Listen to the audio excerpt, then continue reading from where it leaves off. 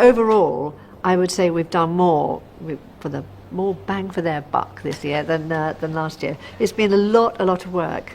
Winterfell's being rebuilt. We've got Wath. We've got a new Robb's camp, Pike and the Iron Islands, Harrenhal, Dragonstone. It was very hard at the beginning because we had a huge amount of ideas and design aspects that we wanted to do. All the architecture, the kind of how every environment looks. I mean, everything in a sense comes under our domain. We've sort of set the tone, if you like. The whole kind of premise is to try and give a broad spectrum of textures and colours and environments.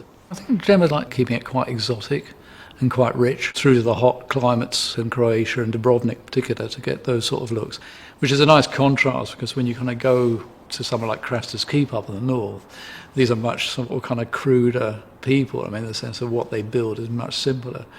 So, the whole story kind of shows a broad spectrum of different technical abilities and artisans. I think because the stories are so strong that they bring the viewer or the reader into this world. So you have to be very conscious of that the things that we're putting into the sets are right for those people. We're actually putting down the grounding of these characters that's going to continue on. So that's really exciting. The great thing about this show is you really can take from here, from there, things that sort of work for the story. So I've done some sets that I've really, really enjoyed doing.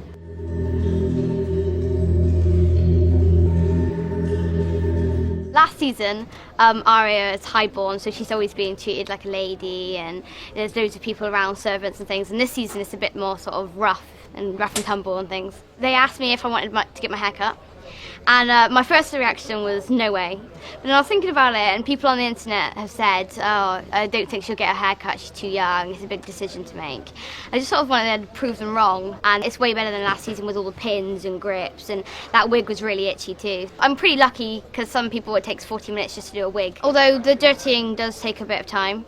It doesn't really take as long as last season overall though, because the hair took a long time. But they just put grease everywhere, all on my face. It's really hard to get this stuff out of my hair because the shampoo doesn't really take it out, it's too soft, so you need something really heavy duty to get it out. Otherwise it takes like 5 washes. My costume is pretty much the same as last season. This is Arya's. I think these she was supposed to have stolen off of Bran, and this apparently she stole off of a dead person. So, if you want to get Arya's look, there you go.